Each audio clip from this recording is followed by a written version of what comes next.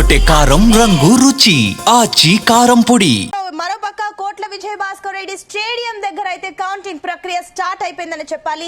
ఇప్పుడు 8 గంటలకు already ballot విధానంలో ఓటు హక్కు అయితే ఎవరైతే వినియోగించుకున్నారో ఆ లెక్కింపు అయితే జరుగుతుందని చెప్పాలి. ప్రెసెంట్ అక్కడ కౌంటింగ్ కేంద్రం వద్ద సిచ్యువేషన్ ఏంటి, దీనికి సంబంధించిన డీటెయిల్స్ అందించడానికి మా బ్యూరో చీఫ్ నరేందర్ అయితే అక్కడ లొకేషన్ నుంచి సిద్ధంగా ఉన్నారు. నరేందర్, ప్రెసెంట్ అక్కడ సిచ్యువేషన్ ఏంటి, లోపల ఏ రకంగా ఉంది, బయట ఏ రకంగా ఉంది సిచ్యువేషన్?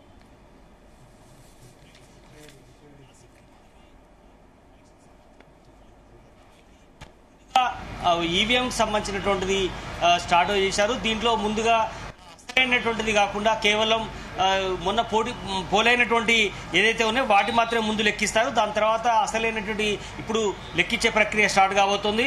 దీనికి సంబంధించి మొత్తం 58.9% దాకా, అంటే దాదాపు 50% దాకా పోలైనటువంటి నేపథ్యంలో దీన్ని ఏ రకంగా చేస్తారనే దాని మీద స్ట్రాంగ్ రూమ్లో ఇప్పటికే భద్రపరుచున్నారు. దీనికి సంబంధించి ఎవరి గెలుపుపై వాళ్ళ ధీమా ఉన్నటువంటి పరిస్థితి మనకు కనిపిస్తుంది. ప్రధానంగా బీఆర్ఎస్ అదేవిధంగా కాంగ్రెస్ మధ్యనే ప్రధానమైనటువంటి పోటీ ఉన్నటువంటి నేపథ్యం అయితే మనం చూస్తున్నాం. స్ట్రాంగ్ రూమ్స్ దగ్గర పెద్ద భద్రత గడిచిన 2 రోజుల నుంచి ఏర్పాటు చేసినటువంటి పరిస్థితి మనం చూడవచ్చు. ఇదంతా కూడా మీడియా కావచ్చు, అదే కొంతమంది వచ్చినటువంటి పొలిటికల్ లీడర్స్ సంబంధించినటువంటి లీడర్ల అనుచరులు కావచ్చు, అందరూ కూడా ఇక్కడ ఉన్నటువంటి నేపథ్యం అయితే మనం చూస్తున్నాం. లోపలికి ప్రత్యేకమైనటువంటి పాసులు ఉన్నటువంటి లీడర్లకు కావచ్చు, అభ్యర్థులను కానీ లోపలికి అనుమతించినటువంటి పరిస్థితి ఉంది. మొత్తం 58 మంది అభ్యర్థులు పోటీ చేసినటువంటి నేపథ్యంలో 4,01,035 ఓట్ల దాకా ఉన్నాయి. దీంట్లో కేవలం 1,94,000 ఓట్లు మాత్రమే పోలైనటువంటి నేపథ్యంలో ఈ ఓట్లు ఎటువైపు మళ్ళాయి, పాజిటివ్గా అంటే అధికార పార్టీ వైపు ఏమైనా మళ్ళాయా లేదంటే సానుభూతికి వైపు వచ్చాయా అనేది మనం చూడాల్సిన అవసరం ఉంది. ఇది పూర్తి స్థాయిలో అది సైలెంట్గా చాలామంది కూడా ఓట్లు వేశారన్నటువంటి ఆలోచనని బీఆర్ఎస్ పార్టీ అంచనా వేస్తున్నటువంటి పరిస్థితి ఉంది.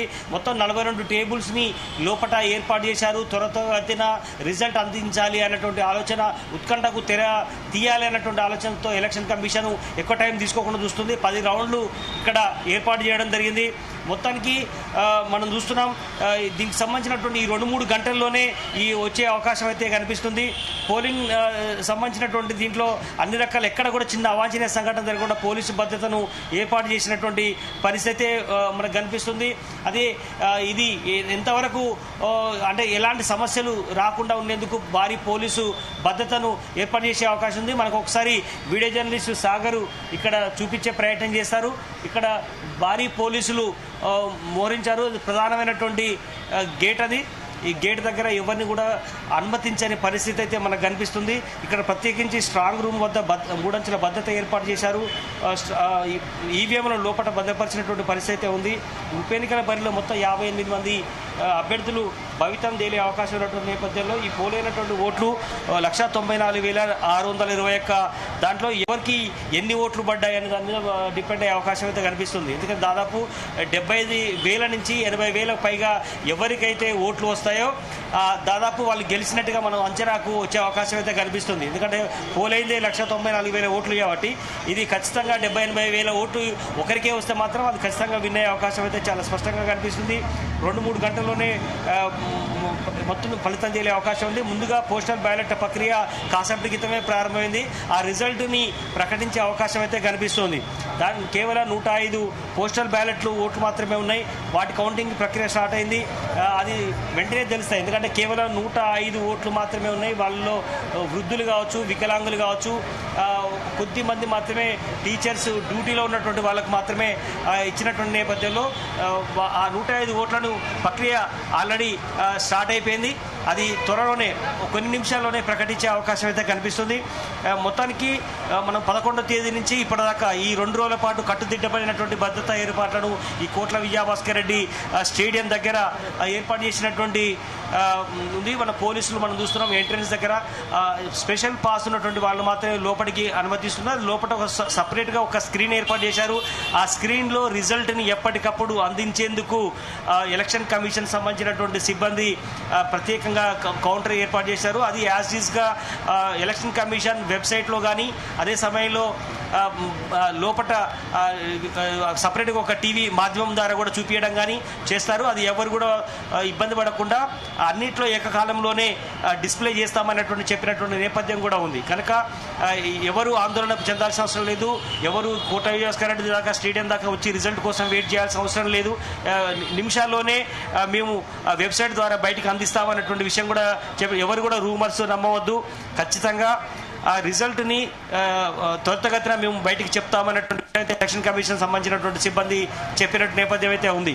లోపల మనం చూస్తున్నాం విజువల్స్లో పొలిటికల్ లీడర్ సంబంధించినటువంటి 3 ప్రధాన రాజకీయ పార్టీలకు సంబంధించినటువంటి అనుచరులు, అదే సమయంలో వాళ్ళకి సంబంధించిన ఏజెంట్లు, పోలింగ్ ఏజెంట్లను సపరేట్గా వారి వారి రౌండ్ వైజ్గా ఒక్కొక్క రౌండ్కు ఒక్కొక్క ఏజెంట్ని పెట్టేందుకు అనుమతి ఇచ్చారు ఎలక్షన్ కమిషన్. అందుకనే నిన్ననే కాంగ్రెస్ పార్టీ కానీ బీఆర్ఎస్ పార్టీకి సంబంధించినటువంటి లీడర్ల అనుచరులకు సంబంధించిన ట్రైనింగ్ కూడా సపరేట్ ఇచ్చారు. ఎక్కడైనా చిన్న మార్జిన్తో ఎవరైనా ఓటమి చెందితే అలాంటి సమస్యకు అంటే ఈవీఎంలో మారుస్తారనేటువంటి గాసిప్స్ ఏదైతే దాన్ని వెంటనే రెక్టిఫై చేసుకోవడం కానీ ఏదైనా మొరాయించినా దాన్ని వెంటనే చెప్పేందుకు కానీ వెంటనే స్పెషల్ టెక్నికల్ టీం ఉంటుందని కూడా ఎలక్షన్ కమిషన్ సంబంధించినటువంటి సిబ్బంది కూడా చెప్పారు. కనుక ఎవరు కూడా అపోహలు నమ్మాల్సిన అవసరం లేదు. వెంటనే రిజల్ట్ బయటికి ఇస్తాం, కట్టుదిట్టమైనటువంటి భద్రత ఏర్పాటు కూడా చేశామన్నటువంటి విషయం మీదనే చెప్పినటువంటి నేపథ్యం అయితే ఉంది. మనం చూస్తున్నాం ప్రజెంట్ ఎలక్షన్ సంబంధించినటువంటి సిబ్బంది ఇక్కడ అందరు కూడా కొంతమంది లోపట ఉన్నారు. ప్రక్రియ సంబంధించినటువంటి కొనసాగుతున్నటువంటి నేపథ్యం అయితే ఉంది. మనం చూడొచ్చు distribution of reception counter. S Narender మరోపక్క చూస్తే కూడా ఆల్రెడీ పోస్టల్ బ్యాలెట్ పద్ధతిలో ఎవరైతే తమ ఓటు హక్కును వినియోగించుకున్నారో మనకు తెలిసిందే, ఆన్ డ్యూటీలో ఎవరైతే ఉన్నారో కూడా ఆ టైంకి ఓటింగ్ జరిగే టైంలో అందుబాటులో లేని వాళ్ళు ఆల్రెడీ బ్యాలెట్ పద్ధతిలో తమ ఓటు హక్కును వినియోగించుకున్నారు. మరోపక్క 80 ఏళ్ళు దాటిన వారు వృద్ధులు కూడా ఈ ఏదైతే బ్యాలెట్ పద్ధతిలోనే ఓటింగ్ ఏదైతే చూస్ చేసుకున్నారని చెప్పాలి. అయితే ఇందులో బ్యాలెట్ విధానంలో ఏదైతే ఓట్ల లెక్కింపు జరుగుతుంది ఇందులో ప్రత్యేకించి నవీన్ యాదవ్ కి ప్రస్తుతం వరకు కాస్త ఆధిక్యం కనిపిస్తున్నట్లు మనకు సమాచారం అందుతుంది. ఏంటి ప్రెసెంట్ సిచ్యువేషన్, నిజంగానే అలాగే ఉన్నాయి, అనుకూలంగా ఉన్నాయా? దాదాపు 105 ఓట్లు ఉంటే దాంట్లో అత్యధికంగా నవీన్ యాదవ్ కు పడ్డట్టుగా మనకు సమాచారం అవుతుంది. దీంట్లో దివ్యాంగులు కావచ్చు, వృద్ధులు కావచ్చు, వీళ్ళు ఆల్రెడీ ముందుగా నమోదు చేసుకున్న నేపథ్యంలో వాళ్ళ ఇంటికే వెళ్ళి సపరేట్గా వాళ్ళ దగ్గర నుంచి ఓటు తీసుకున్న నేపథ్యంలో అవి వాళ్ళు సపరేట్గా తీసుకొచ్చి కౌంటింగ్ ఏర్పాటు చేసిన నేపథ్యంలో దాంట్లో అత్యధికంగా దాదాపు 70 నుంచి 80% దాకా నవీన్ యాదవ్కే పడ్డట్టుగా మనకు సమాచారం అందుతుంది. ఇది అఫీషియల్గా వెల్లడి కావాల్సిన అవసరం ఉంది. కేవలం 105 పార్టీకి సంబంధించినటువంటి వాళ్ళకి ఎప్పుడు పడే అవకాశం ఉంటుంది. ఎప్పుడైనా బైపోల్లో కానీ సాధారణంగా పోస్టల్ బ్యాలెట్లు కూడా ఎప్పుడైనా కూడా ఎంప్లాయీస్ ఉంటారు. కొన్ని సందర్భాలు ప్రత్యేకమైనటువంటి పరిస్థితుల నేపథ్యంలో ఇప్పుడు వికలాంగులకు, వృద్ధులకు కూడా ఇలాంటి అవకాశం ఇచ్చారు కాబట్టి ఆ అవకాశాన్ని అధికార పార్టీ ఓన్ చేసుకున్నటువంటి పరిస్థితి అయితే కనిపిస్తోంది. ఖచ్చితంగా 105 ఓట్లలో దాదాపు 75% దాకా అధికార పార్టీకి సంబంధించినటువంటి నవీన్ యాదవ్కే వచ్చినట్టుగా మనకు తెలుస్తోంది. మిగతా ప్రక్రియ ఇప్పుడు స్టార్ట్ కాబోతున్నటువంటి నేపథ్యం కూడా ఉంది. మనం చూడొచ్చు విజువల్స్లో ఎలక్షన్స్ కమిషన్ సంబంధించినటువంటి అధికారులు, అదేవిధంగా పోలీసు ఉన్నతాధికారులు ఒక్కొక్కరిగా చేరుకుంటున్నారు. అసలు ప్రక్రియ ఇప్పుడు స్టార్ట్ కాబోతున్నటువంటి నేపథ్యం ఉంది. ప్రజెంట్ ఉన్నటువంటి పరిస్థితి మనకు కనిపిస్తుంది. ఇక్బాల్ దీనికి సంబంధించినటువంటి ఉన్నతాధికారులు, పోలీసు ఉన్నతాధికారులు మొత్తం పర్యవేక్షణ చేస్తున్నటువంటి నేపథ్యం కూడా ఉంది. ఏదైనప్పుడు కూడా ఒకసారి మనం మాట్లాడించే ప్రయత్నం చేద్దాం.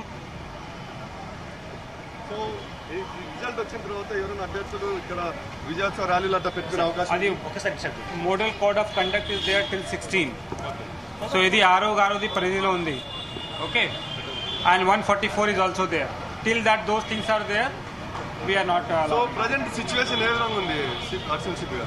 మొత్తం పీస్ఫుల్ గా ఉన్నారు. ఓకే, ప్రాపర్ బందోబస్తు కూడా నేను పెట్టాను. All police people are in alert mode and we are taking all precautions. We are not allowing any anti-social element to come this side and proper restriction పెడుతున్నాను. ఓకే, సో సిచ్యువేషన్ చూస్తుంటే ఇప్పుడు మొత్తం stadium చుట్టూ 144 section ఉంది, భారీ force ఉంది. ఎలాంటి situation లోపల నుంచి బయట వరకు ఉంది చెప్తుంది? అదే లోపల నాకు ఐడియా లేదు. సెంట్రల్ ఫోర్సెస్ ప్రాపర్ గా ఉన్నారు. లోపల మొత్తం యాజ్ పర్ ద ప్రొసీజర్ చేస్తున్నారు.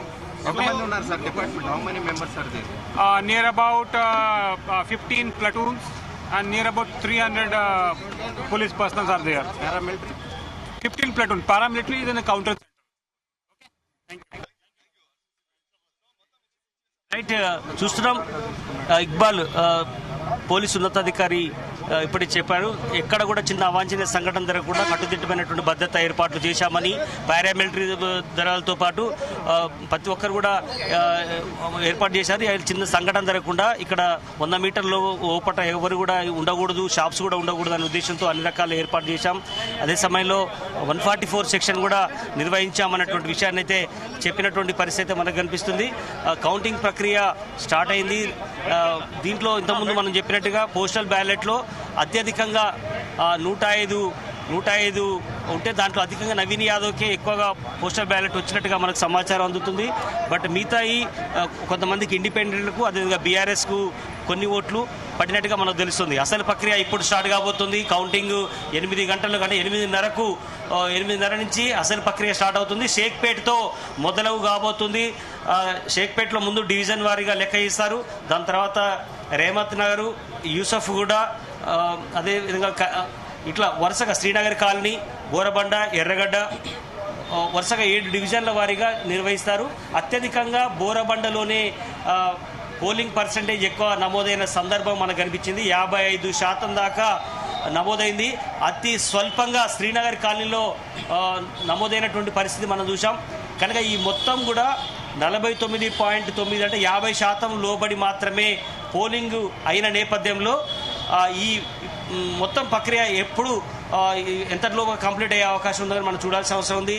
దాదాపు ఒక 3 గంటలు అంటే 11-11:30 వరకు పూర్తిగా ఎవరు గెలుస్తారనేటువంటి స్పష్టత వచ్చే అవకాశం అయితే నరేందర్ ప్రెసెంట్ లోపల సంబంధించి ఏజెంట్లు ఏదైతే కౌంటింగ్ ప్రక్రియని క్షుణ్ణంగా అబ్జర్వ్ చేసే ఏజెంట్స్ ఏదైతే ఉందో పార్టీల పరంగా ఎవరినైతే అక్కడ కేటాయించడం జరిగిందో ఆ ఏజెంట్లకి నిన్న బీఆర్ఎస్ నుంచి అటు కేటీఆర్ కానీ హరీష్ రావు కానీ ముందుగానే సూచనలు చేసినట్లు సమాచారం అయితే ఉంది.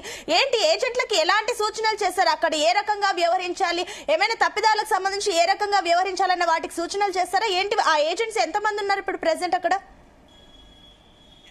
ఎందుకంటే బీఆర్ఎస్ పార్టీ అభ్యర్థి మాగంటి సునీతకు మద్దతుగా ఏజెంట్లు అందరూ కూడా మొత్తం మనం చూసాం 10 రౌండ్లు 42 టేబుల్స్ అంటే దాదాపు 10x2 20 అంటే దాదాపు 40 మందికి పైగా ఎమ్మెల్యేలు కావచ్చు, ఎక్స్ఎమ్మెల్యేలు కానీ, కార్పొరేషన్ చైర్మన్గా పనిచేసినటువంటి బీఆర్ఎస్ లీడర్లు కావచ్చు, వీళ్ళందరికీ నిన్న సాయంత్రం ట్రైనింగ్ ఇవ్వడం జరిగింది.